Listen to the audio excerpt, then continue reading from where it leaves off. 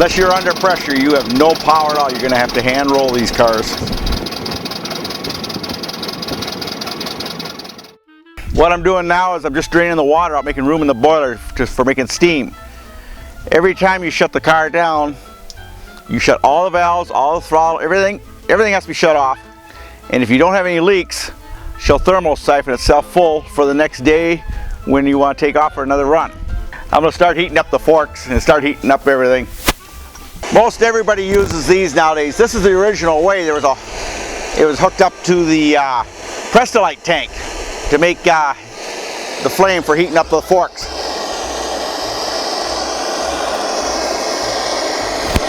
I just heat these up, not red hot, but get them quite hot. It'll just help for vaporizing the fuel a little bit until it starts heating on its own. Then it'll take care of itself. And now, of course, by heating it back up, vaporizing it, it's pushing it back out again. And it's not unusual. You'll see a steam car that's got burn marks in the front here. But it's about roughly that long. She'll be burning a nice blue flame. And that's always burning. So what I'm turning now is the fire up valve, which is pure Coleman gas going in. Easier light just to warm everything up.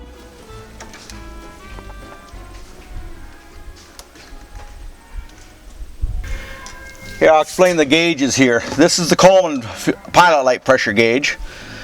This is the fuel pressure gauge. And this, of course, is the boiler pressure. And we run at around 450 to 500 pounds going down the road. We can get as high as 600. I just turned on the valve for the fuel. This is an extra water pump valve. But then what we got here is a fuel pump, a water pump. And the opposite side is another water pump, and the opposite side of the fuel pump is the oil pump, which will inject a couple drops of oil on every stroke going down the road. And then we have a manual water pump directly below here, and another fuel pump here, manual. But once going down the road, they're automatic. You don't need to manually pump it. So if I remember right, there's something like 22 check balls in this car. And all it takes is one to stick on you. Then you'll be fighting.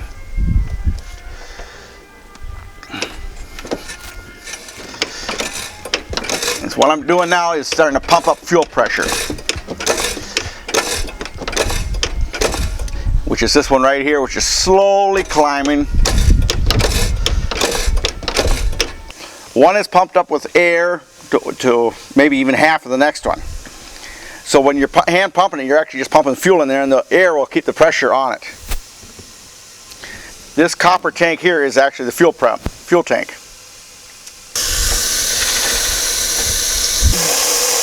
Yeah. Oh, yeah. We get carbon quite often, and that's if there's a little bit of water in there. That's all it'll take, because there's a 6-foot stainless steel tube in there, 1/4-inch diameter tube. The fuel, everything runs through right in the middle of the fire itself, so it preheats the fuel before it hits here. So that way it just helps in the vaporizing. And inside that tube, I have a cable just to take up volume. How's the water level? Too high yet. Okay, that's fine. But as it gets hotter yet, the fuel will, you won't see it quite as white anymore. You'll hide that. This little section here is that's all it is, the engine. Just this piece right here. All this back here is a linkage for the forward and reverse and the lockup. The lockup is, the valves are wide open for first startup, then you lock up, and they only open about 120 thousandths. What that does is it conserves steam, so you don't use as much. Otherwise, you wouldn't have enough steam to keep going. Half strokes. Yeah, it cuts down on the amount you need it, because once you're under speed, you don't need as much steam to keep going. People get scared to death. I run at 400 or 500 pounds pressure, you're going to blow up. It's a copper tube boiler. You'll just blow a tube long before something will blow up. They're actually safer than the steam engines, the locomotives, because those are all cast iron. They only run about 150, maybe 200 tops. And when they blow up, what that usually is they got so dry on water, then all of a sudden a shock of cold water gets injected into them. That sudden change will just crack them, blow them apart. There are two types of burners on these cars. This is a Baker, which is known for being noisy. The Stanley one is a drilled hole. This is slotted, so that it's not unusual to hear these howl. I have stainless steel tubing on the top here, roughly 35 feet or so in a coil. That will preheat the water before it even gets into the boiler. They called that an economizer. And that would just have the water, you might as well say, at boiling temp before it even got into it. It just saves that much more on fuel.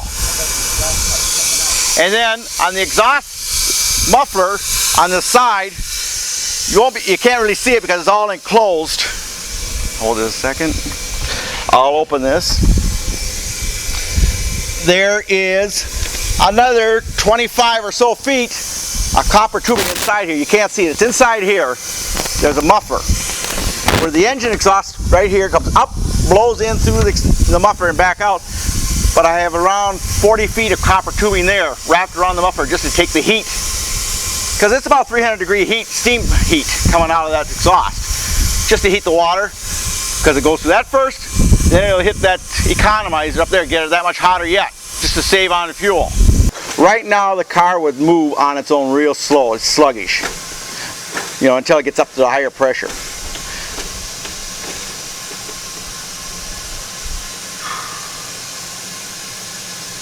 You can get up to the main a little bit more if you want. Now this little nut here, when you park the car, you always take it out, screw it in on this side here.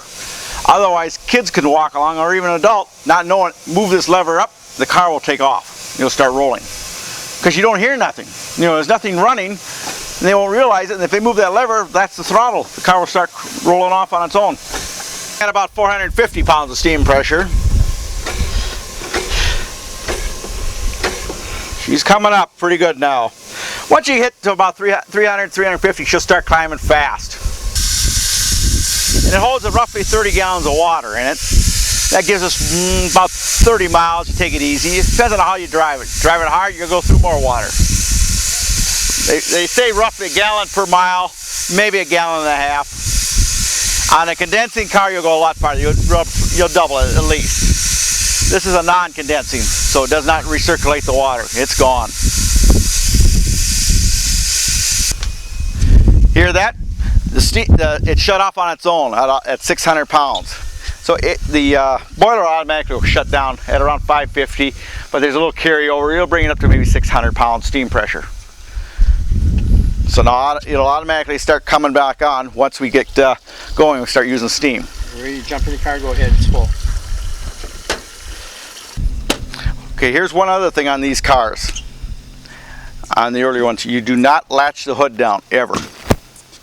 Because if the fire ever goes out and she reignites itself, it can sometimes pop the hood off. And if it's latched down, she'll blow the hinges off in the back, your hood's in the ditch. But if you leave it loose, she'll just pop up in the air and drop right back down. No damage done. Okay, this is the throttle, of course, for running it. This here is an automatic for the water level in the boiler. It'll maintain it, but you're still going to be using the manual pump every so often. It'll help maintain it. This is the regulator for the steam pressure. So at a certain point, she'll come on when it calls for more steam to turn the fuel on. So it's all pretty automatic, straightforward. People were more trusting of these cars when they first came out because they didn't know nothing about gas engines yet. And steam engines have been around since the 1850s. So this is basically a miniaturized version of a steam engine, but of course they got to run a lot higher steam pressure to make up for the capacity. Locomotives, they had more capacity, so they could run a lot slower steam pressure. Here we're just making up for it by going 500 pounds, and I have faster pickup, take off too.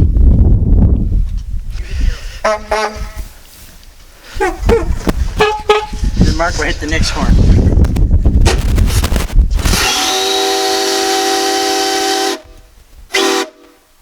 Now hit the snake head.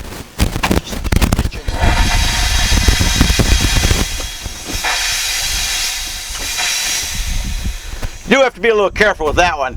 The first little bit of water is very hot. I hate to scald anyone.